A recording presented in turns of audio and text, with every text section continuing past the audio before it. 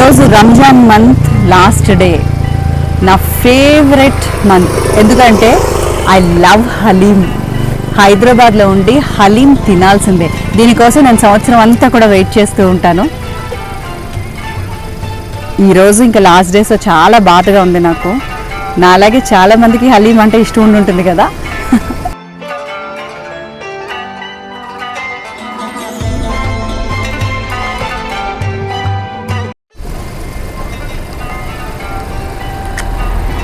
చూడండి, దీని కన్సిస్టెన్సీ, దీని ఫ్లేవర్స్ అండ్ చాలా చాలా హెల్తీ కూడా. సో కంపల్సరీగా రంజాన్ మంత్లో హలీం తినాల్సిందే, టేస్ట్ చూడాల్సిందే.